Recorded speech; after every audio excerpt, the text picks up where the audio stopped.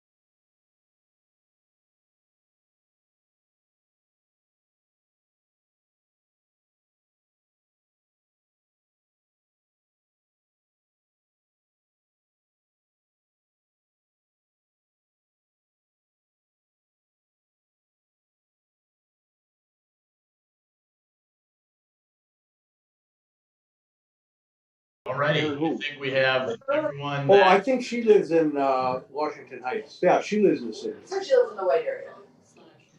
Bob, are you on? Ready? I'm sorry, I think we're getting ready. We're just trying to get hold of Greg. It sounds like he's having some power issues, so we'll wait if he can get in. But we will like to start with a roll call. And Michael, could you do that, please? Alderman Bob Bauman.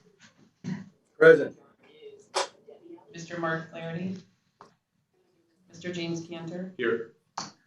Mr. Scott Mansky. Present, Michael. Mr. Greg Marcus. Ms. Aichasawa. Here. We have a quorum. Great. Thank you. First order of business is any discussion and approval of the meeting minutes from our last Finance and Personnel Committee, which was in May. Was it May? May of 2021. Any discussion on the minutes? Could I get a motion to approve? I'll make the motion. Do we have a second? Second. Great. All in favor? Aye. Aye. Aye. Any opposed? All right, we are approved on the meeting minutes. Next order of business, Steve Marsh, where our financial update. Thank you, Mr. Chairman, and good morning, everyone. Today's update will include a review of our year-to-date actual results through June, our income statement projections through year end, and a quick look at our projected December 31 cash positions. Generally, the news is positive year-to-date, and we remain optimistic about our event programming throughout the remainder of 2021 and our continued ability to generate positive cash from operations. But before we get into the financial statements today, just a few items to note. Number one, we've officially kicked off our internal budget process for the 2022 fiscal year. As we sit here today, our event calendar for 22 is robust, and we look forward to presenting a budget that shows year-over-year growth building upon the recovery we've seen in 2021. And number two, Marty and I have had some recent conversations with our financial advisor, John Meehan from RW Baird, as well as Dave Erdman, Capital Finance Director for the state of Wisconsin and trusted advisor to the Wisconsin Center District, regarding a possible refunding of existing district debt, notably the Series 2013 debt that financed the renovation of the Miller High Life Theater. Market conditions are favorable to the district, and there's an opportunity to save money on our annual debt service. To be clear, this transaction is wholly unrelated to the expansion and is also unlike the refinancing transaction we executed in June of 2020, which served as a key component of our COVID mitigation plan and included borrowing new money. Should management determine that moving forward with this refinancing is in the best interest of the district, we would ultimately seek approval from the board, authorizing management to execute a transaction when market conditions met certain requirements, similar to the type of authorizing resolution that the board passed in April of 2020. Really, the purpose of sharing this with you today is simply to make the Finance Committee aware that this opportunity is out there, and management could be back soon requesting authorization to move forward. Certainly, as we get to a point of making a recommendation, we would be prepared to show the financial impact of such transaction, including estimated reductions in the district's annual debt service. Are there any questions on that? Anything So I guess the question that I have is, do you have a certain minimum that you expect from a return? And does your financial advisor give you that, like a certain percent? And do you get a report on that percent? Yes, Scott, and just off camera, John Meehan from Baird actually is in the room today. John, do you want to take that? Yeah, of course. Good morning, Scott. The savings annually, at this point, and these are all, moving and subject to change as the Treasury moves, because these would be taxable refunding bonds. It'll be north of $225,000 after all costs per year. And we're so close to a call date that the overall percentage refunding is pretty significant. It's about 9% or so. Once again, after all costs and net present value savings. Does the Wisconsin Center District have a policy regarding the amount of return that usually it expects to receive, or is it just based upon your review? I think at this point, it's just based upon our review. I don't think there's any existing policy. Frankly, as you're aware, the majority of the debt that's outstanding, we have either long time until the call date or they're non-callable. In this case, it's called pretty quickly. So it's like the only issue that's out there that's really a good refunding candidate. Yeah, like Milwaukee County has a requirement of at least a 3%. So, which makes sense, especially the time and the effort to go into it. I would say that, at this point, subject to first the Treasury's move, et cetera, we're well in excess of that level. yeah, because you have to, the reason is because you have to pay for all of the costs of the cost and issuance that go with it, and if you're going to strike, you want to make sure it's advantageous to the district to move with it. Okay, thank you very much. You're welcome. And Scott, it is anticipated that before we were to execute the transaction, we would provide that information to the Finance Committee as part of the authorization process to move forward with the debt restructuring. Okay, let's dive into the financials. If I could direct your attention to the first page of the 2021 income statement, which is page 6 of the committee packet and has column IDs A, B, C, and D at the top. You'll find a comparison of our year-to-date actuals in column B through June relative to our year-to-date budget in column A. I'll start at line 29, where you'll see our net operating income is substantially better than budget by $3.8 million through June. There's a couple factors driving this positive variation. Number one, as we've previously shared with the board, the vaccine clinic was a major driver of improvement relative to budget. It really sustained our organization through the first quarter and a half of 2021. Through June, we've also hosted more graduations, dance competitions, and volleyball tournaments than we had budgeted. And some of these even occurred under the capacity restrictions that were in place earlier this year. I think it's fair to say that we've relentlessly turned over every rock looking for opportunities to generate positive cash flow and keep our team employed here at the district. And those efforts show up in the favorable results we see here today, notably in revenue categories on line items 1 through 12 of the income statement. Our team, and I hope our board, can be very proud of the work that they put forth in very challenging times that will serve as hopefully the springboard to the recovery out of this pandemic. The second driver of this positive variation is on the expense side. You'll see year to date on line 28, column C, we're tracking better than budget by about $346K. Even with the increase in event activity, we're seeing lower than expected utility charges, line number 18, and less than expected spend in repairs and maintenance, line 26. Even as we begin to see improvement in market conditions, we continue to doggedly manage our operating expenses and look for opportunities to do more with less. Line 35, not surprisingly, year-to-date tax revenues are down relative to budget and further support our rationale for proactively adjusting down our tax revenue forecast in January. And we'll talk more about that in just a minute. Line 39, Bucks District ticket surcharge revenue is down to budget by about $54K. At this point in the year, we had budgeted for a couple of concerts to have already occurred. Additionally, when we put together the budget, we had assumed an earlier date in the season by which the Bucks would start admitting people into their building. Certainly, the Bucks playoff run was a boon to us, and when we received the actual results for July, I'd expect us to eat into this budget variance a little bit more. And I'll be talking about the year-end projections in that category in just a minute as well.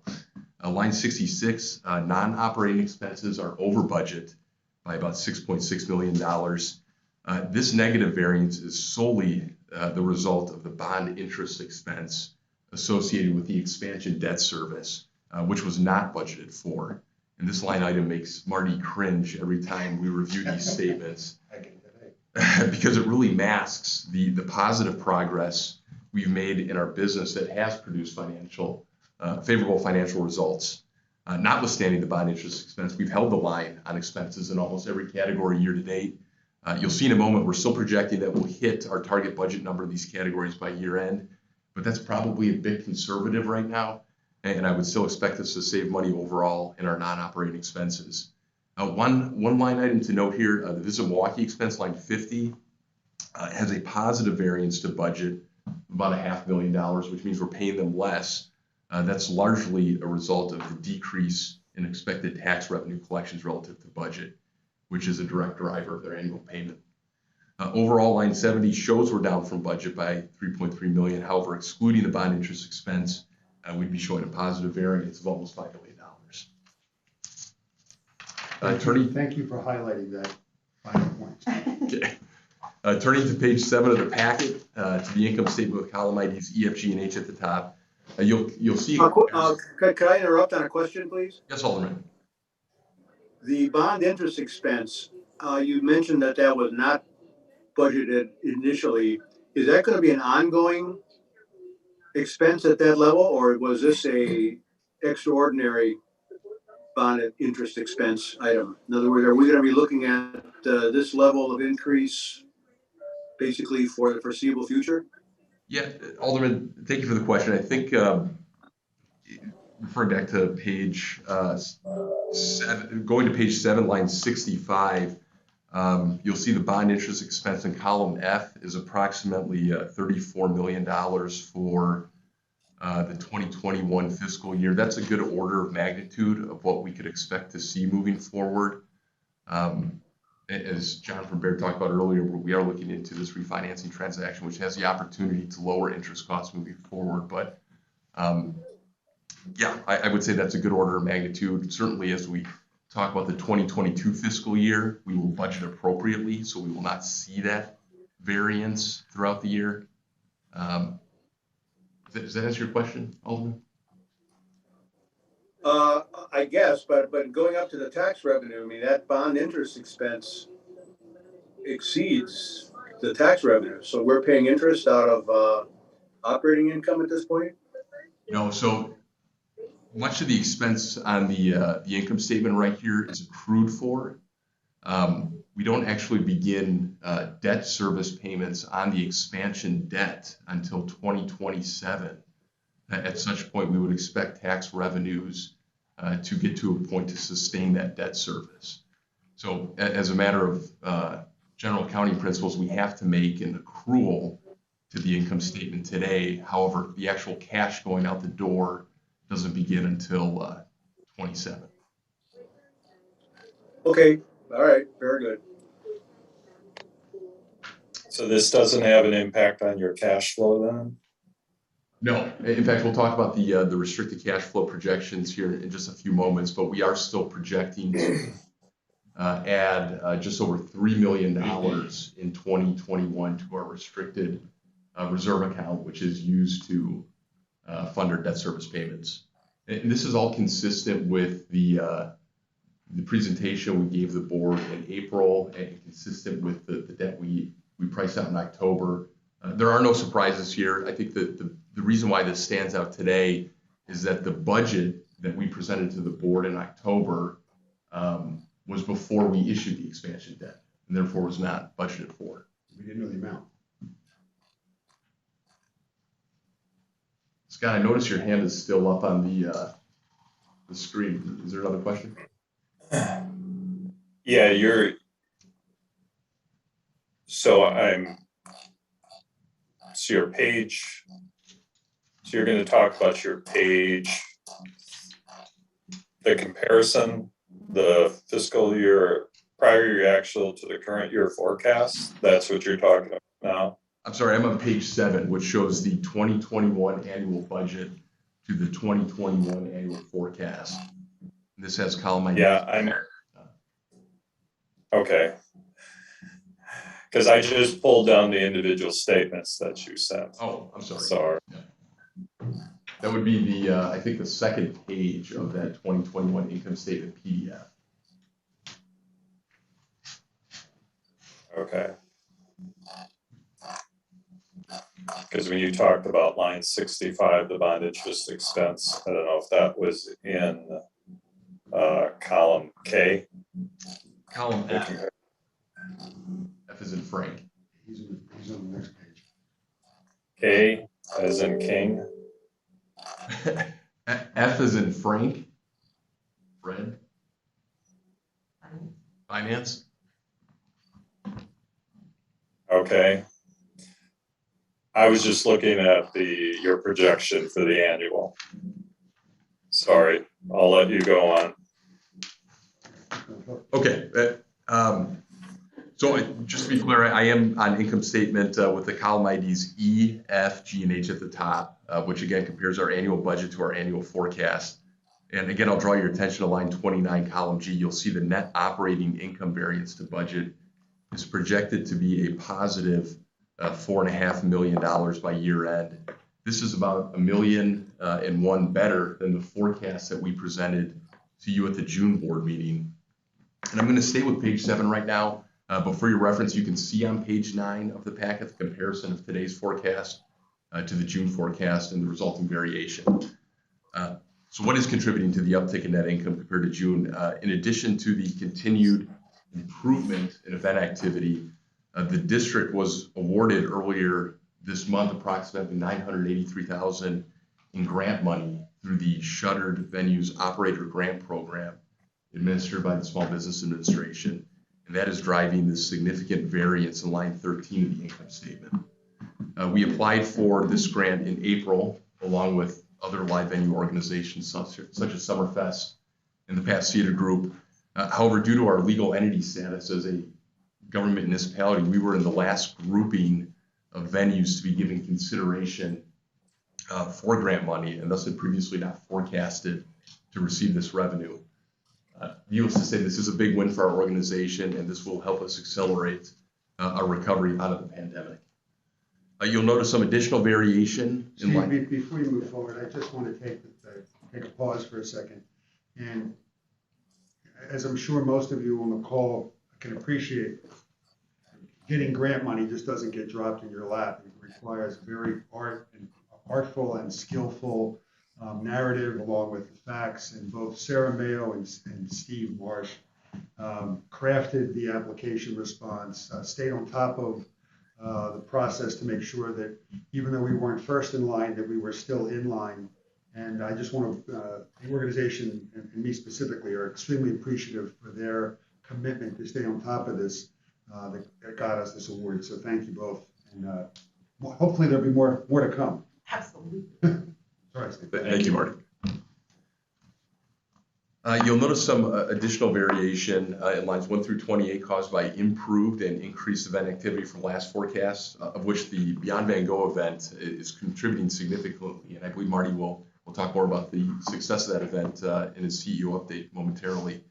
Scrolling down to line 35, tax revenues, we continue to maintain our January forecast number here. While the May results significantly beat our forecast estimate, and we're optimistic that June and July will do the same, in large part due to the Bucks playoff run.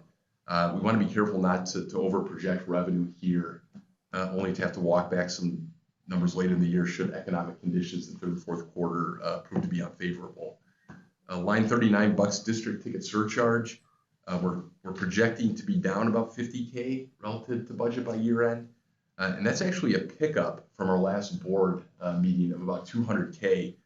The Bucks playoff run was certainly a contributing factor to the increase in our forecast projections. Additionally, Fiserv has made some new event announcements since June, including a Harry Styles concert in November and a college hockey tournament in December. As for non-operating expenses, you can see many of the categories on lines 42 through 65 remain at budget. As I previously mentioned, I think these estimates are probably a bit conservative at this time. We'll likely see some expense saving in these categories by year end. As we sit here today, management does have a positive view about this income statement. While we're showing an overall negative variance to budget, as shown on line 70 of about $15.4 million, all of that and then some is driven by that bond interest expense variance. And again, masks the continued improvement we see in business operations. Moving on to the cash flow projections, which are pages 10 and 11 of the committee packet. These have been updated to incorporate improved event projections, actual tax revenue results, and the grant revenue pickup for both the unrestricted cash, those monies we use to fund operations, and the restricted cash, those monies we use to pay down debt service. Management has no concerns about its ability to meet its obligations for the rest of the calendar year. And as we begin thinking about 2022, certainly that first quarter as well into our next fiscal year. Cash balances in both funds remain in a relatively healthy position. One last note today, we are closely monitoring the status of the Delta variant and its potential impact to our industry and to our business. To date, it's not impacted our business. Quite to the contrary, actually. Marty, I think, will be providing an update on our booking activity here in just a moment. But we believe we are prepared should conditions deteriorate. Fortunately, or unfortunately, we do have a playbook to reference that has been developed over the past 18 months that we can execute if necessary to keep the district operating, including but not limited to tapping into the operating reserve monies held by our trustee. Our hope is that these mitigation measures will not be necessary. And again, we've not experienced any loss of event activity to warrant such action yet. But as I said, it's a situation we continue to monitor, and we'll update the board accordingly. Mr. Chairman, that is my financial update. Great. Does anybody else have any questions for Steve? All right, good report. Thank you very much. We'll move to Marty for our CEO update. Just one more question, sorry. Yep, that's good. On your restricted cash, which is, I'm assuming, the debt that was issued, Yes. what interest are you earning on those funds? It's John Meehan from Barry can speak better than that, but it's not much, Scott. Yeah, thank you. It's not much on, and it's a combination of needing to have cash available. You're talking about bond proceeds, I assume, Scott. Yeah, because I noticed your restricted cash and cash equivalents went from, okay. Okay, so it's not much. So there must be some spending starting to go on because there was a decrease in the cash of about 3.8 million. That's right, Scott. The expansion project has begun drawing down the debt proceeds. I think our first draw was in January. To date, I think 6 to 7 million may have gone out the door in our last draw request, which I don't believe is fully reflected in this balance sheet as it goes through June. So we started drawing down proceeds. So will we get reports basically on this capital project showing, where the current cash balances are and the distributions that are being made and any earnings coming so that we can see what the cash flow is coming out? Yes, we absolutely, Scott. We'll put something together for your review and the rest of the board as well. Yeah, because I think that would be a good part to present since, that is such a huge project to know what the spending is. Understood. And We're not proceeding on that. trying to be evasive to the question, right now on the short-term cash, it's 0.01 or whatever it is. We did take the bulk of the bond proceeds and invest out till December of 21 at the time of the bond closing back in December of 20. So we did take advantage of putting the bulk of it out. And now it's a matter of the bleed out of the proceeds going forward. Fortunately, on the financing, we used a small investment earning amount going into sizing the bond issue and continue to see it play out that way. Okay. Thanks. Great, that's a good add, and Steve and Marty will work on that. I think that's actually a really good addition to see how we continue to evolve with the project. Any other questions? All right. Once Marty's done taking his final note there, we'll move over to Marty and the CEO report. Thank you, Mr. Chairman. Steve talking about event activity, I go back in a very bad flashback to March of 2020, last year, at the board meeting on March 6th, sharing with the group that we hadn't gotten affected by anything with COVID, and then a week later, the NBA stopped its season. So I say that just because since I've said it now, it won't happen again.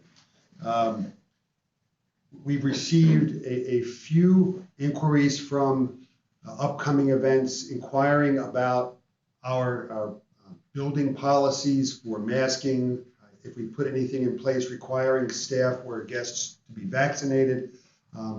And that's the extent of the inquiries. Nothing about cancellation, looking at cancellation policies, more just taking, no pun intended, the temperature of what we're doing as events are looking at different markets for upcoming events. Last Tuesday, we did implement a change in our policy for all staff, be they part-time, full-time, front or back of house staff. We are requiring every one of our staff to wear masks whenever they're on the property. We are continuing our policy that guests, event attendees, we are encouraging those who are not vaccinated to wear a mask, those that have been fully vaccinated to not wear a mask, but if they choose to do so, we're fine with that as well. We have joined a coalition of venues within the city that are actively engaged in a campaign. I believe it launched Tuesday of this week, encouraging people to get vaccinated and how doing so will help us rid the country of this pandemic. We did receive, I did get a copy this morning. I'm not sure if you all are aware of this yet. Summerfest earlier in the week announced that they were going to be requiring people who come to their event to show proof of vaccination or proof of a negative COVID test within 72 hours of the event taking place. Earlier this morning, the Pabst Theater Group announced that they were requiring, as of September 1st, everyone who comes to their venues to, again, like Summerfest, show proof of full vaccination or a negative COVID test within the past 72 hours. I did speak with Gary Witt this morning. Gary and Matt of Pabst Riverside Group, Pabst Theater Group, have put a number of shows in our building in the Miller High Life Theater through the end of the year. So we're begun discussions with Gary whether or not we will be able to implement the same type of things at our building, go through the logistics of what's involved. Certainly, it's something that we want to look into, but aren't going to say yes to without looking at our ability to successfully implement. This is a moving target, and as it has been the case with us for the past 18 months, we continue to put the safety of our guests and our employees in front of any other business decision. On the event activity side, it's interesting. In preparation for this meeting, I was looking at our event schedule going back to the fall of 2019. And this time in 2019, we had 6 events scheduled for the Miller High Life Theater. As of today, for 2021, we have 11 events scheduled in the Miller High Life Theater, and of a higher caliber, more concerts than we had 2 years ago. So that's very encouraging that we're seeing the event activity. It's been represented to us by Gary Witt and others that as we come out of this crisis, that there's so many acts that want to get on the road that the latter part of 21, but certainly all of 22, has the potential to be record-setting for the number of shows, and the type of activity and inquiries we're getting supports that. Since our June board meeting, we've added 3 additional events to the Miller High Life Theater, a public ticketed sporting event to the Panther Arena, confirmed 12 home Admirals games in the Panther Arena for the remainder of 21. We've got 2 public ticketed consumer shows announced for the Wisconsin Center, 14 new meetings in the Wisconsin Center, and a religious event in the Wisconsin Center. As far as for 22, we've got the balance of the Admirals season. We'll have regular season UWM games. We're just waiting for their conference schedule to be announced. 3 shows have been booked for the Miller High Life Theater for 22, 2 dance competitions, 3 special events meetings, 2 volleyball tournaments in the convention center, and 9 meetings in the convention center. The circus will be back in the Panther Arena, as will First Robotics in the Panther Arena and Miller High Life Theater. And that's all new confirmation since our June board meeting. So again, we are cautious yet very optimistic that the balance of 21 will continue to improve, and 22 looks like all things going as we hope them to, that 22 could put us back in a year, maybe not at 2019 levels, but really on par to be trending upward rapidly, which is encouraging, will be reflected in our budget. When Steve was talking about the Beyond Van Gogh, over the weekend this past weekend we crossed 100,000 tickets sold. As of this morning, we're at 105,789 tickets sold. We also announced last week that the exhibit, which was scheduled to run till the end of September, has been extended to October 31st. A pretty extensive advertising campaign is launching 2 weeks, a week after next, focusing more on the outer market, say 60 miles and beyond, because we've really saturated the inner market. We need to get outside a little bit further and bring those people in. Again, we're well into the break even on the show, and it really has been a tremendous asset to us. We're seeing a number of inquiries coming to us, as well as us going outbound to explore other opportunities for either other type of art exhibits, but certainly experiential month or longer residencies in our facility. So this is a whole new genre of content. We're, if not the highest grossing, close to it, of all of the markets that this is routed to play in. So it's really been a tremendous success, not only for us, but also for the promoter, who will look to bring more events of this nature to us. So just a new type of content for us, and one that we hope to be able to exploit in the years to come. Let's see. As far as the expansion, earlier this week, the fencing went up around the surface parking lot. We're putting out a release later today, if not already, that's sharing with the media that the fencing is up, but please don't confuse that as our official groundbreaking. It's getting the property ready for the official groundbreaking. What they're doing now is pulling up the asphalt and the initial site preparation, removing any of the debris that was left or covered when they demolished the original Mecca. So that's underway. And for those of you that ventured into our building today, understand that we have different parking accommodations. Thanks to Greg Marcus and his staff, we were able to make a very advantageous parking agreement with the Hilton to use their parking facility for our staff, event attendees, and guests. So we're able to keep parking available to our staff and keep it enclosed so that we don't have to worry about the inclement weather. At next week's meeting, a couple things are going to be shared with you from Mike Abrams. He's going to go over a revised timeline of the expansion project.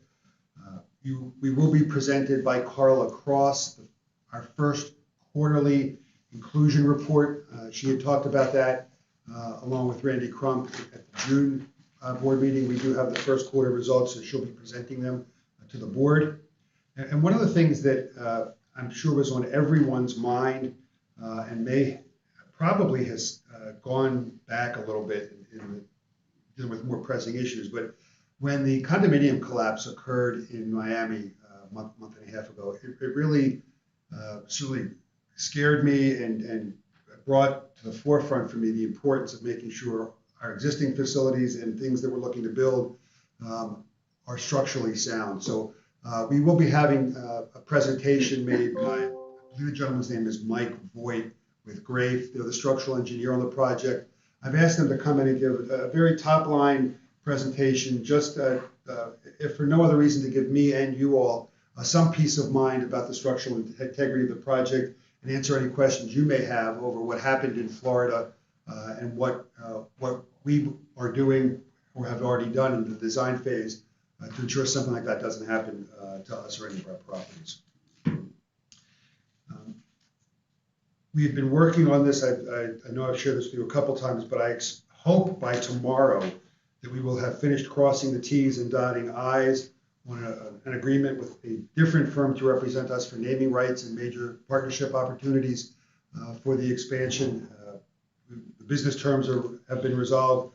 I had a conference call last week with Michael Best and their attorneys going through the document. It's comparable in terms and conditions as the prior agreement we had, but with the firm that I'm very excited when the opportunity presents itself, and I'll be able to share with you the firm that we're going to be working with.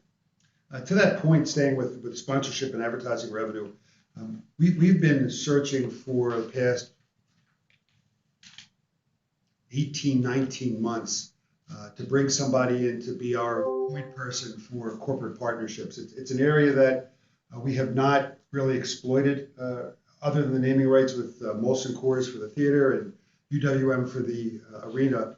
Really isn't a lot. There really isn't a lot of other sponsorship revenue that we're realizing.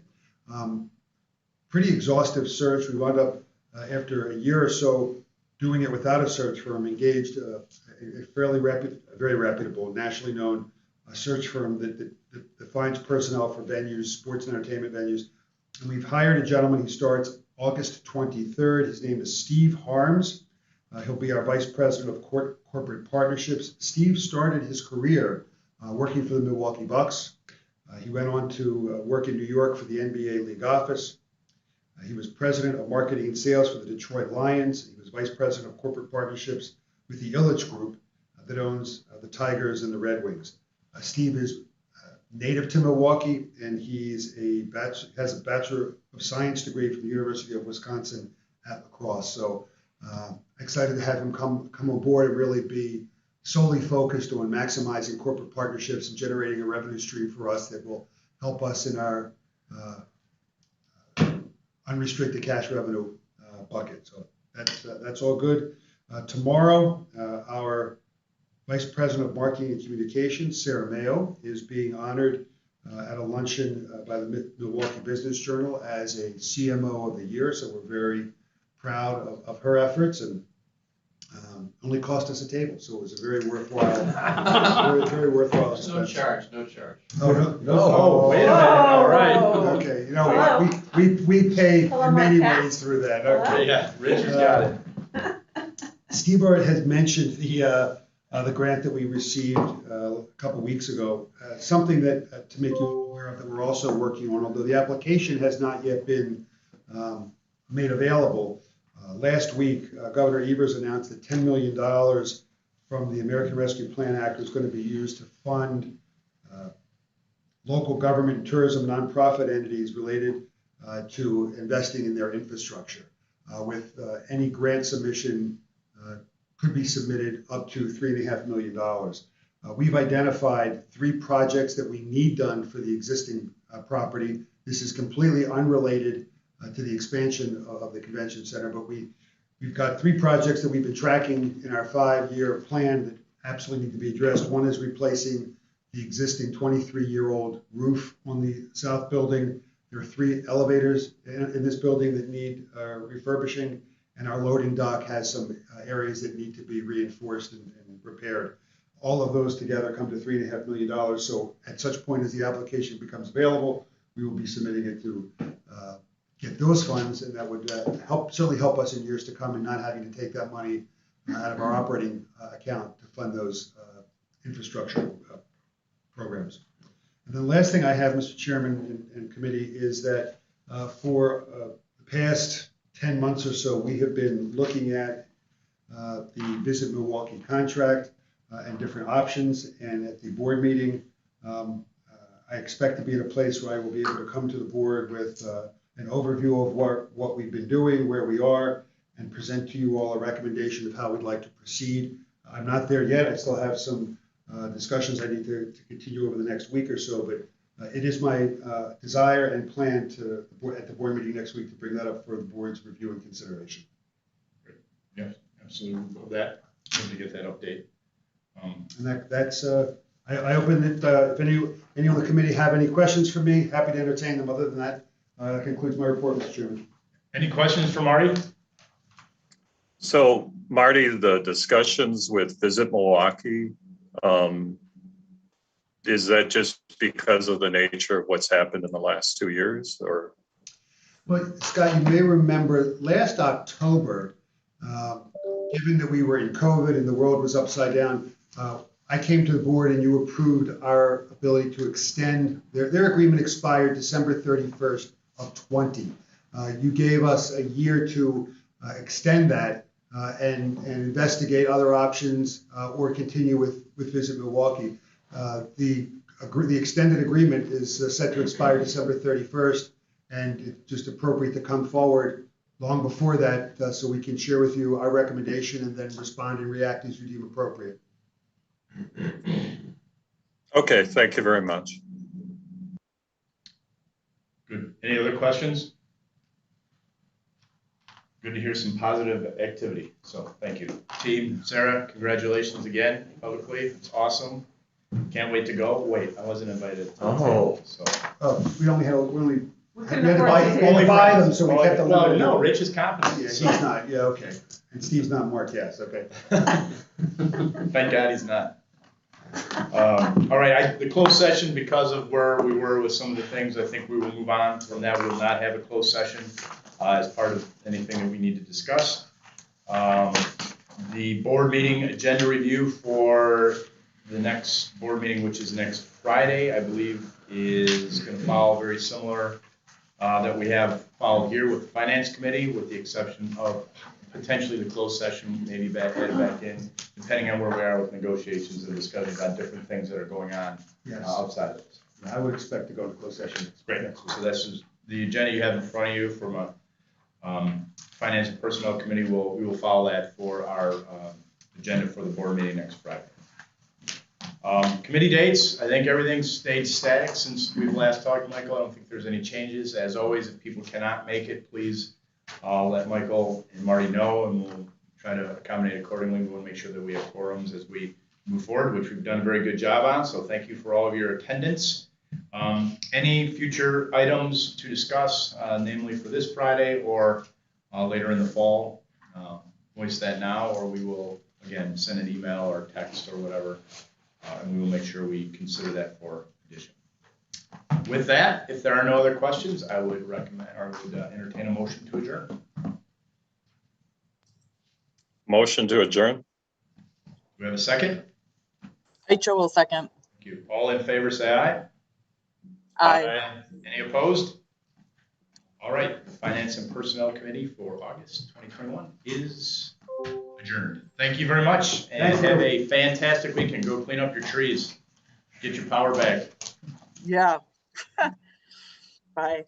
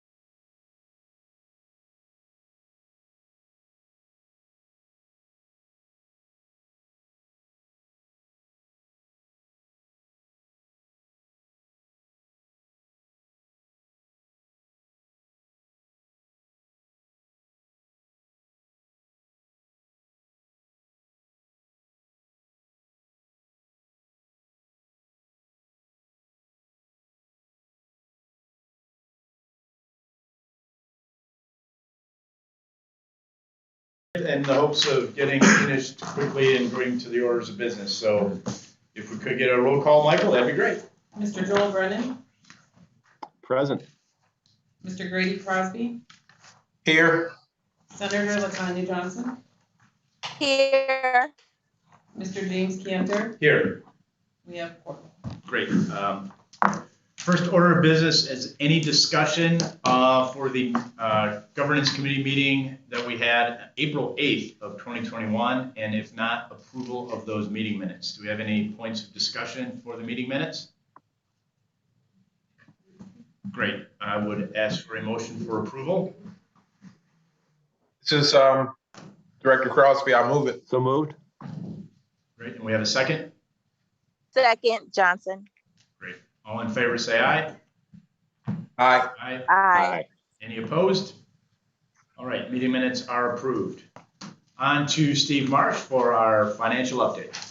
Thank you, Mr. Chairman, and good morning, everyone. Today's update will include a review of our year-to-date actual results through June, our income statement projections through year end, and a quick look at the December 31st cash positions.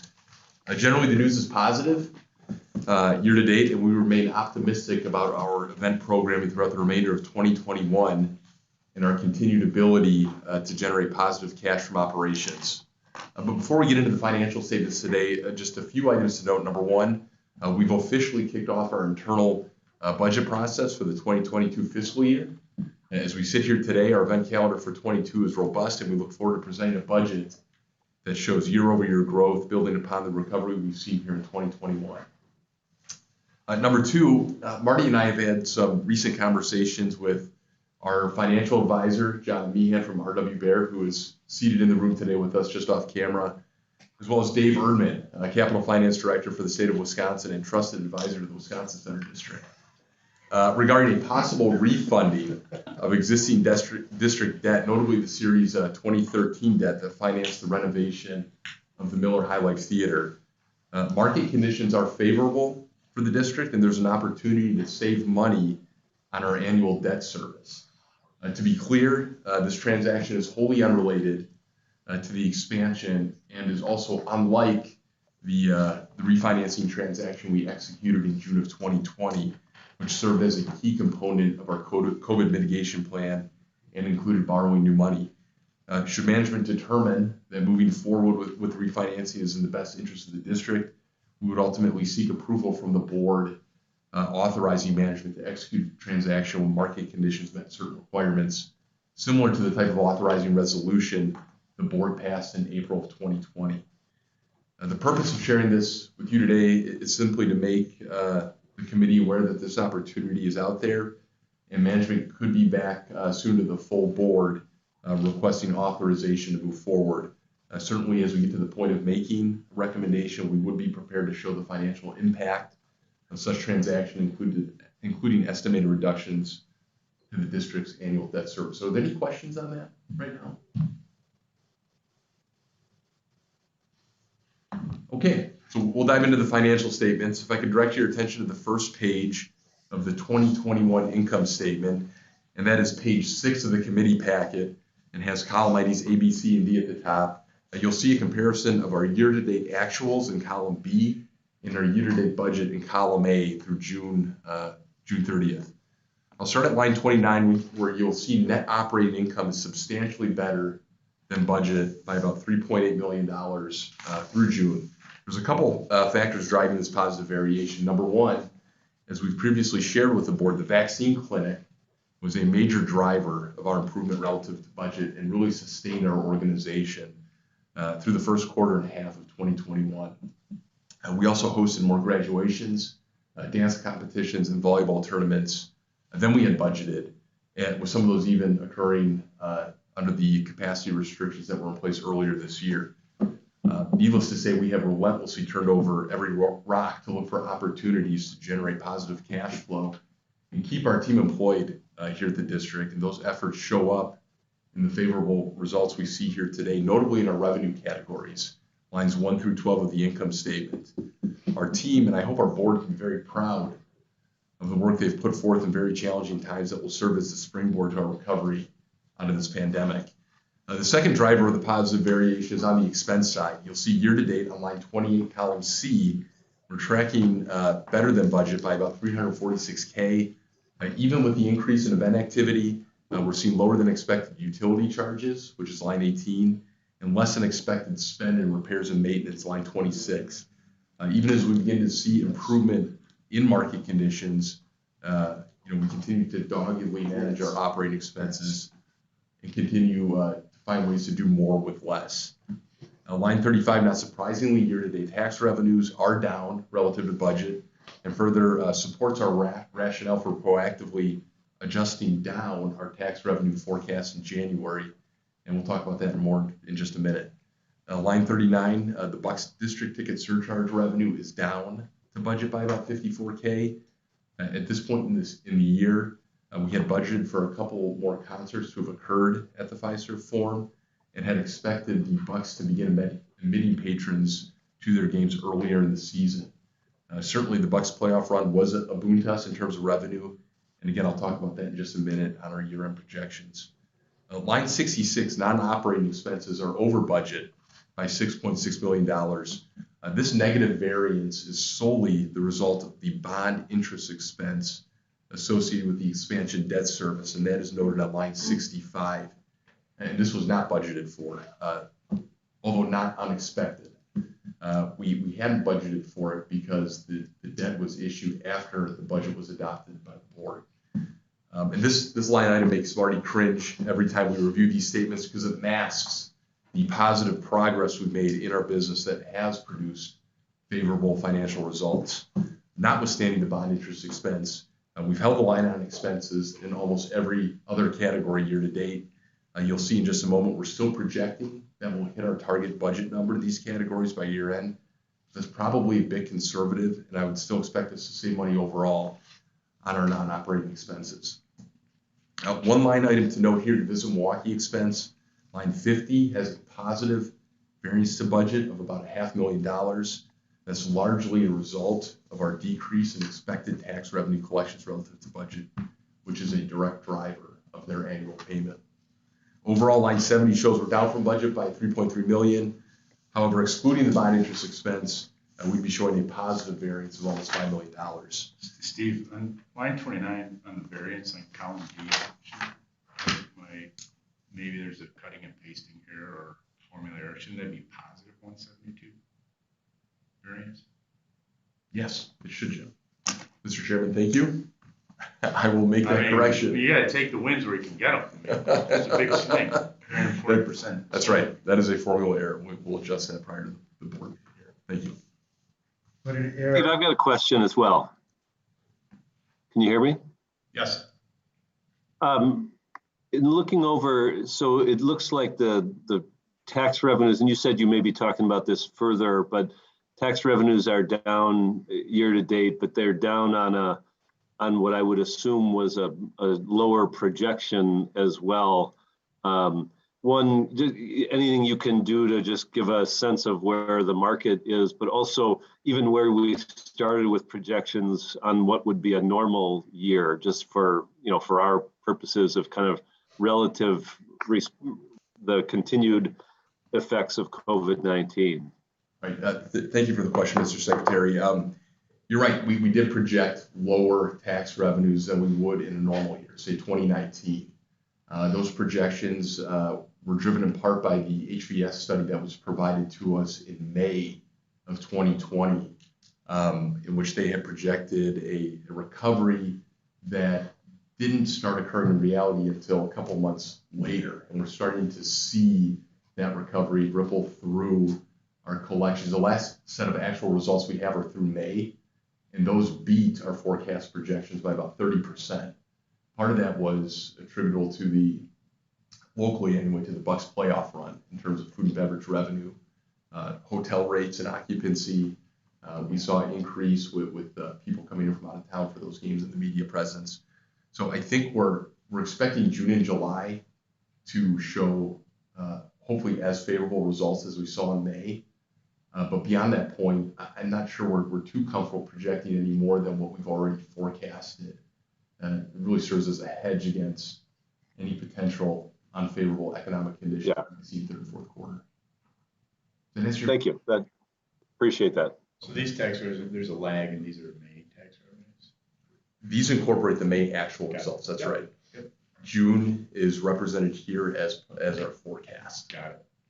Joel, and one other thing, when we were working on our projections for 21, Steve did reach out to the CFO of the Markets Corporation and wanted to, as a check to see what were they budgeting for their occupancy level, so that we took that information and helped us forecast what the operators were doing in the hotel industry.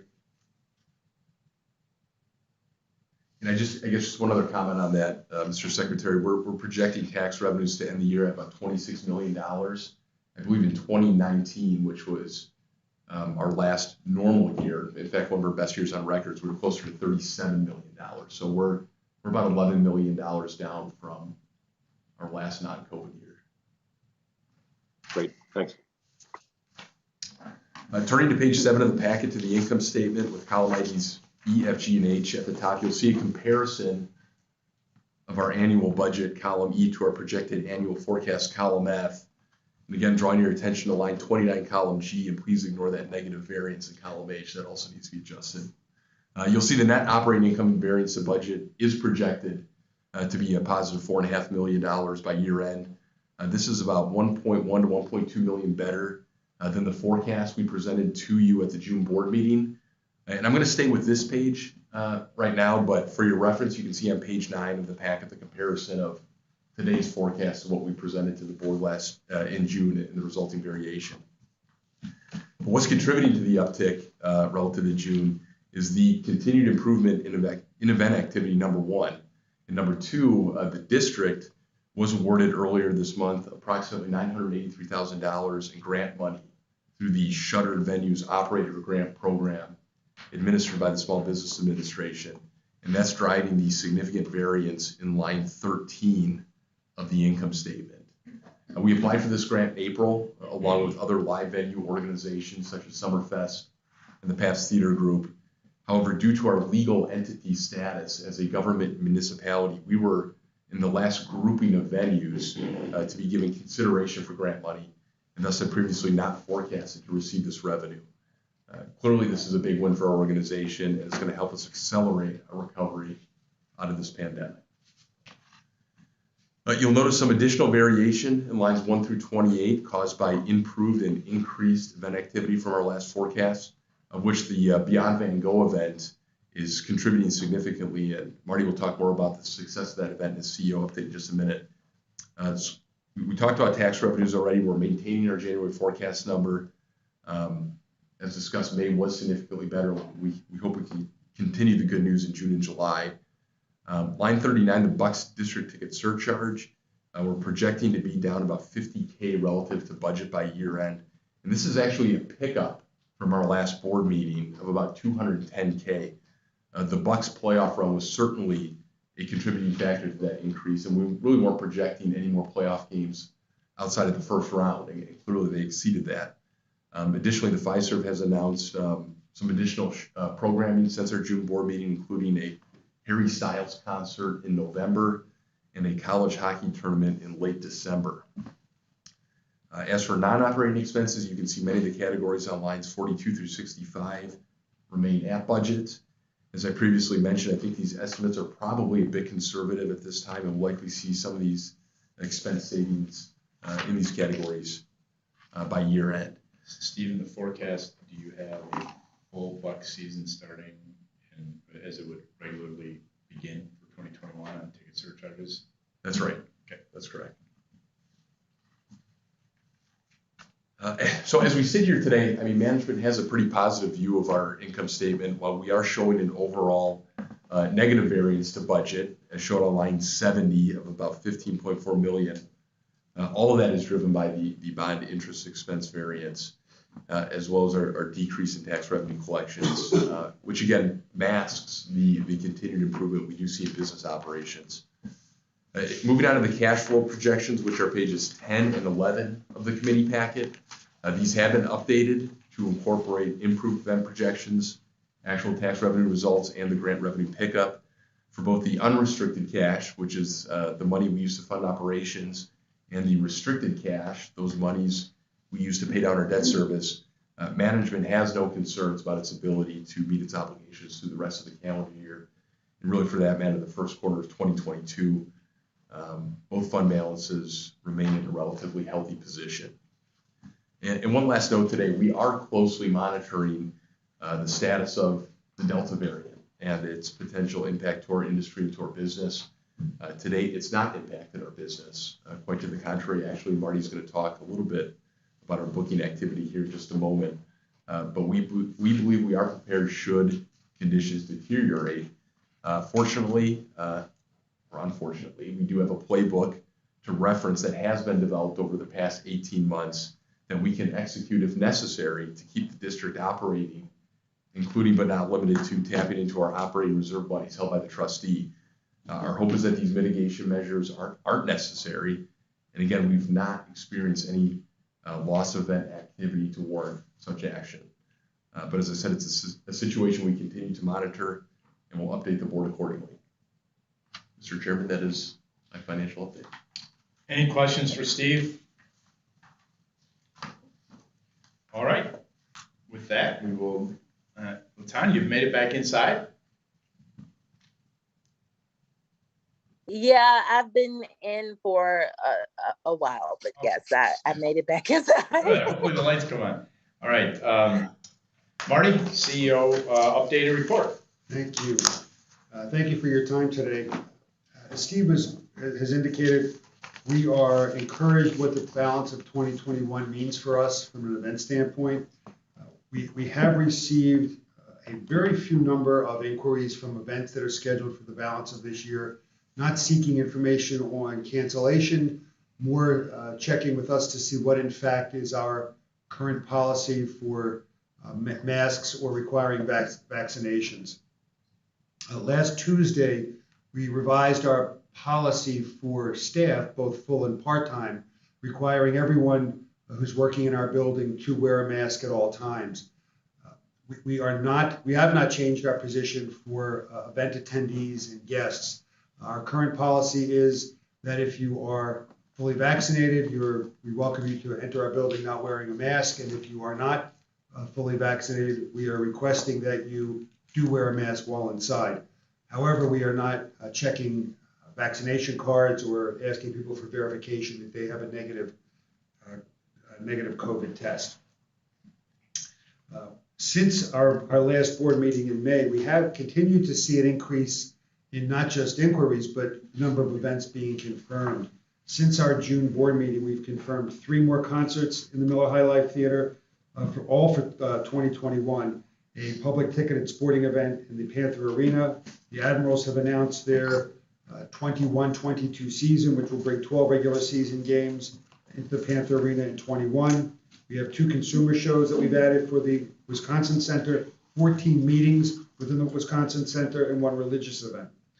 What's of note for our calendar, specifically for the Miller High Life Theater, in preparing for this meeting, I was looking at different years and event activities. And in 2019, at this point in the calendar through the end of 2019, we had 6 events scheduled within our calendar for the Miller High Life Theater. And as of today, with plenty of time yet to increase that, we already have 11. So it's encouraging that even in our best year ever, we have more event activity planned in the balance of 21 than we did in 2019 in that same facility. Looking at events for 2022, we've got the balance of the Admirals hockey season. We've already got 3 concerts confirmed since our June board meeting for the theater, 2 additional dance competitions, 3 meetings in the theater, 2 volleyball tournaments in the Wisconsin Center, 9 additional meetings in the Wisconsin Center. The Tripoli Shrine Circus will be back in the Panther Arena for 2022, as will First Robotics in both the arena and Miller High Life Theater.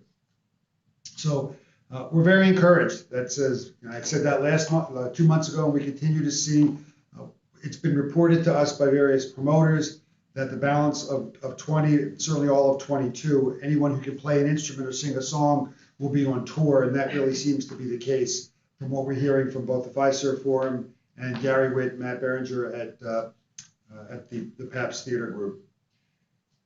In looking at the event activity that we've already had in the building, certainly the vaccine was a real find for us and really helping us make this year, but what has really been a godsend is the Beyond Van Gogh exhibition. We have, this past weekend, we crossed the 100,000 paid ticket. As of this morning, we were at 105,829 paid tickets. There are 11 weeks to go for the show. Last week, we announced that the show that was expected to end September 30th has been extended through October 31st. Just looking at some rough numbers and estimates, the past 7 days, we sold 7,806 tickets. If we take a conservative approach, we should be able to sell another 50,000 at least tickets for the remaining 11 weeks, which will put us at about 165, maybe 170,000 tickets sold for this event.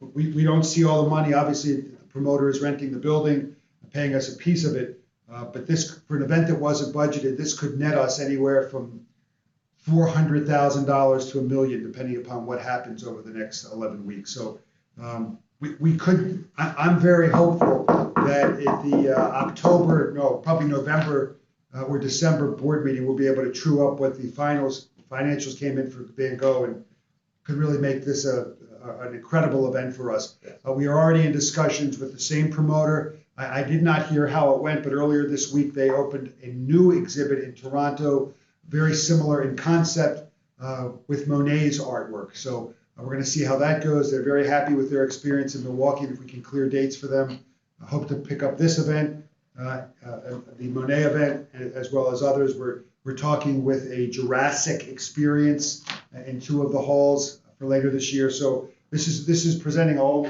new opportunities. Now, I don't want to get too bullish because the reason why we have the ability to host these events is that meetings and conventions that otherwise had that space booked canceled.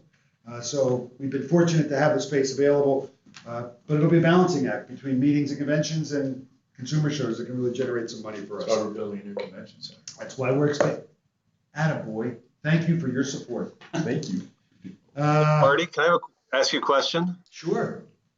Just, while all that I think has been a huge positive, any blowback or anything that you have gotten from the other venues in town, museums, art museum, do they see this as complementary? Does anybody see it as competition? Undue? Have you gotten any feedback like that from anybody? Have not, although haven't gotten that feedback even through the grapevine. What I think, when I was interviewed before the week that this opened, I see this as complementary to their businesses. Neither the public museum or the art museum have this kind of space they don't have 25,000 square feet sitting around. Where do we put up something like this? And we positioned this as an educational component to be to what they have to offer. Great. And this has been obviously a different time for all of them too. And I don't know, you're saying yourself how much this is going to be part of the core business and opportunities associated with this moving down the line as hopefully we get back into more of the convention business. But it's certainly, I guess I would just say I'd applaud you on innovatively and creatively using the space, but I'd also caution you or just say that as time goes on, you're going to want to make sure you're getting some feedback from those places too, just so it continues to be complementary wherever possible. Very sound advice, Joel. I appreciate that. And to your point, but it really going in a different direction. We did reach out to the art museum months ago, seeking their counsel in developing an art program for the expansion. So we're not a silo, never have viewed ourselves as a silo. And certainly the point you raise about could they view this as competition is something we've thought of, but have not gotten any feedback. And while this has been a profitable event for us, our core event is meetings and conventions, and we need to drive hotel revenue. This does not do that. So it's great to have it, Yep. but I don't see this becoming a diversion to what our core business is. Yeah, definitely. All good points. I definitely see it more along the lines of, there's always room for arts awareness, anything that helps, our region, our city continue to become a arts hub, in my mind is definitely welcome. And to tell you the truth, even the concerts, I mean, that's just another medium of arts. So you're already in the arts business to a great extent. And on that note, I'd like to talk to the booking department, because I would like to announce my comeback tour pretty soon here and get on the schedule. But He didn't see anybody. Yeah. But in all seriousness, though, I just saw on the news where there was a venue in New York that's doing the Van Gogh experience, and they're doing it over. They've had it for some time, and the twist next weekend is that they're doing a cannabis night, so everybody gets to experience it while on campus. Now they're not providing the cannabis, of course, and will not allow you to smoke on their premises before you come in, but they're billing it as cannabis night, so you can experience this Van Gogh immersive experience while you too are immersed. And I guess we have to look at Joel and figure out when our legislature will allow us to have that kind of leeway. But no, really, now here's the one, really in all seriousness. You really have gotten us off track here, Grady, but I can offer a brand new. I know, right? No, but here's the question. Fashion night. Here's the question. You ready for the question? So Marty, you saw what's going on at Summerfest in terms of, their pronouncement that they're actually going to require vaccines or proof of vaccination or a negative COVID test before 72 hours before admittance to the festival. And my understanding is that really didn't necessarily come from Summerfest or the Summerfest board, but that really was a requirement that was being pushed by the artists. So are you feeling any type of pressure or hearing anything like that from the artists that they want us to step up our protocols around, our COVID testing or, site security for the events you've booked here coming up in the near future? Two comments. First, to your point about New York, people in Milwaukee don't need to be invited to come into our exhibit with cannabis. Many have already experienced it with cannabis on their own without making a public announcement. Some in this room, as a matter of fact, but hey, I'm not going to point fingers. As far as your point, your serious point, Grady, earlier this morning, the Pabst Theater Group announced that they too were going to be requiring, as of September 1st, people to either show proof of vaccination or proof of a negative COVID test. About 8 o'clock this morning, I was in a conversation with Gary Witt from the Pabst Theater Group. Gary and I speak regularly. We're trying to develop even a closer working relationship. And Gary and I spoke this morning about what they announced for their theaters. We do have 3 shows booked through Pabst Theater Group in the Miller High Life Theater. Gary asked if it's something we would consider doing at the very least for his 3 shows. And my response to him was, I support what you're doing at your venues. Before I commit to yes, I need to make sure that from the staff here, from a logistical standpoint and operational standpoint, we can implement that same type of procedure. And I want to have the discussion with the staff globally, their thoughts on introducing this. I will tell you that yesterday we had a discussion, different issue. It was about bags, because a lot of the facilities have already introduced no bags. We have for some events and haven't for others, so we're putting our arms around that. But we have not made a decision yet, Grady, about requiring vaccination proof or having proof of the negative COVID test. It's something we're going to be watching over the next couple of weeks. I'm sure we'll make it more definitive. We'll have an answer on that. I will say that how we handle the theater and the arena will be looked at differently than how we handle the convention center for meetings and conventions. Different constituents. I need to make sure on the convention center side for meetings and conventions that we are in lockstep with Visit Milwaukee and how those meeting planners will we'll look at the market. There's a very different sensitivity to that type of monitoring guests coming in on the meetings and conventions business. But I don't know if I answered your question. Don't have an answer. We haven't made a decision yet on requiring vaccination, but it is something we're looking into.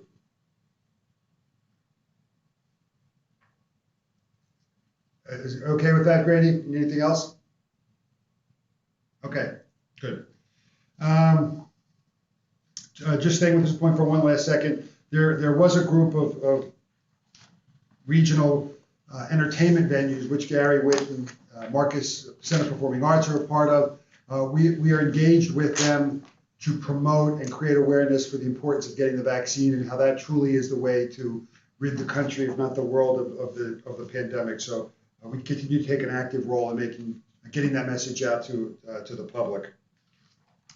Next week at the board meeting, we're going to be presenting a number of different items to you all about the expansion as far as updates.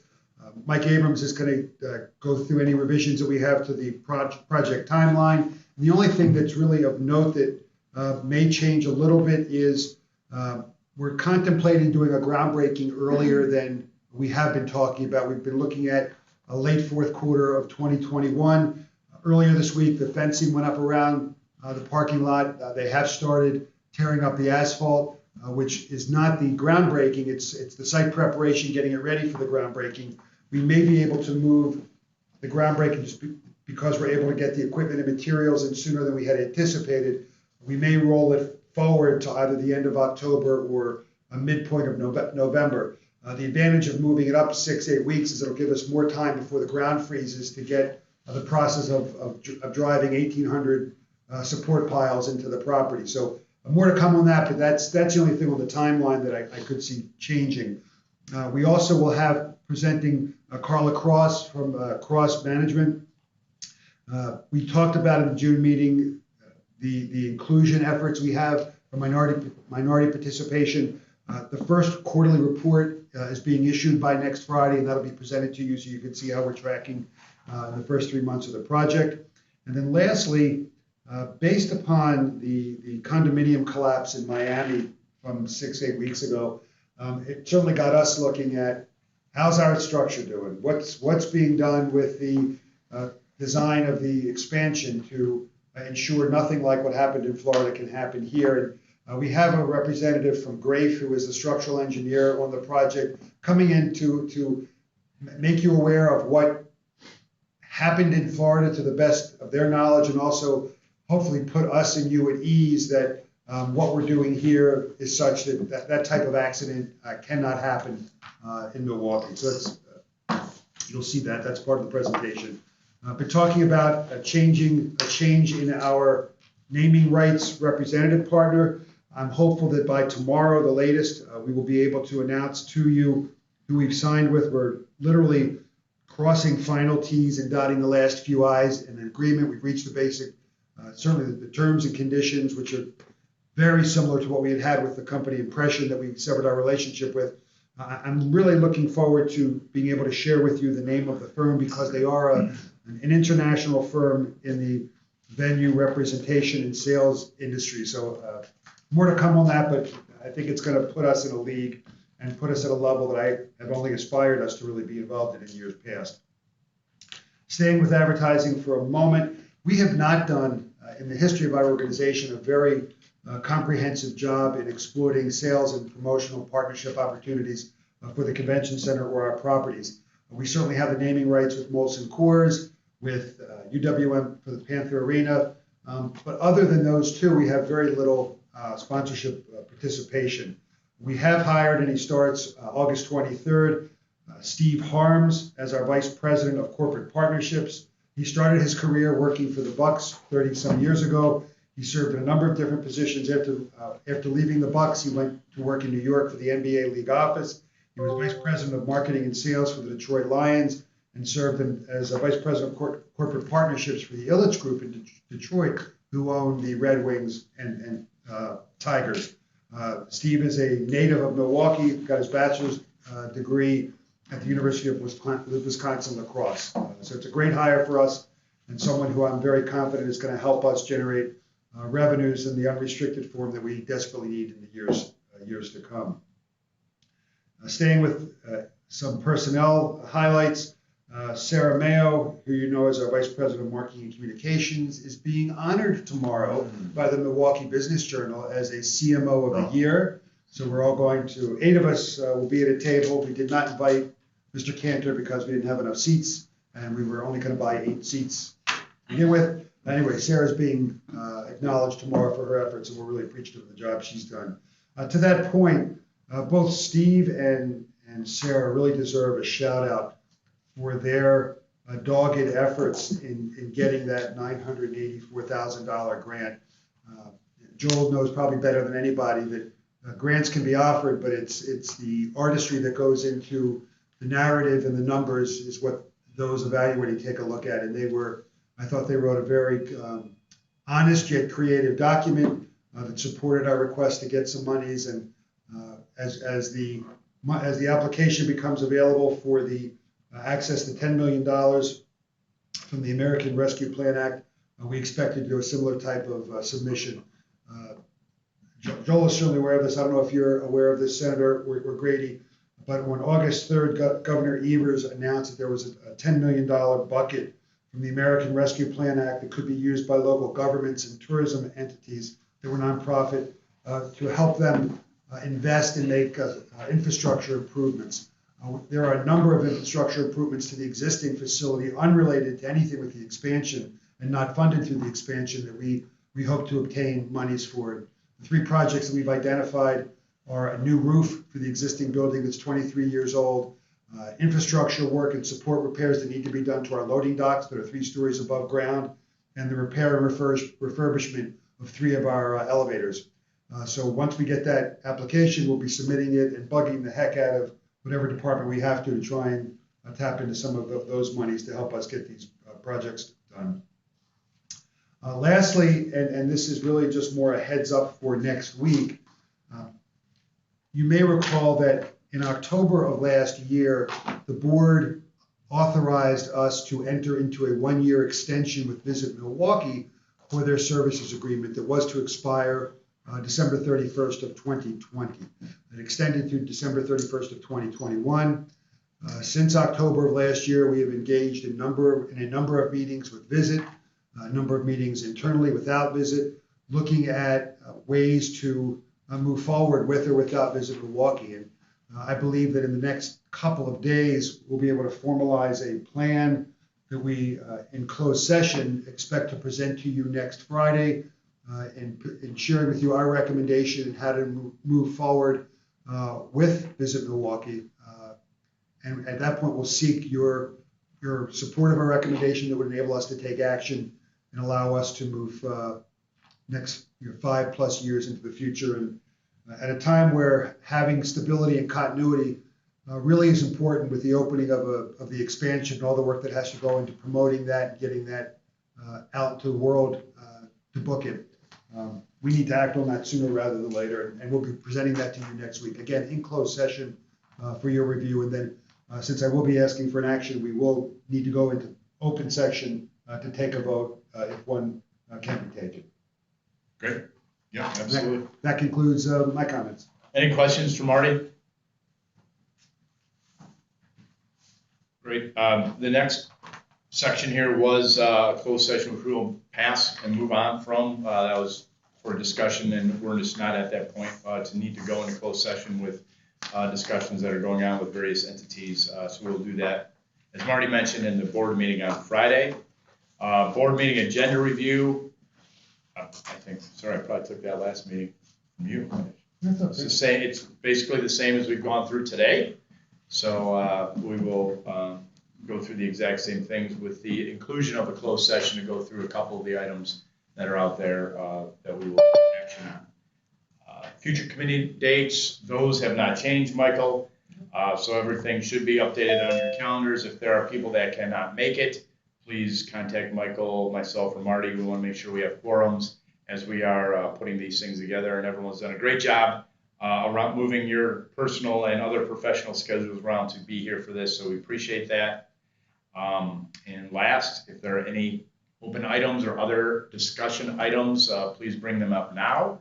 Otherwise, you can certainly send us an email or call or text, see things that you want added to the agenda as we continue to evolve and be very transparent with the way things are moving here, with a lot of things back on the table and expansion and COVID still kind of out there and everything else.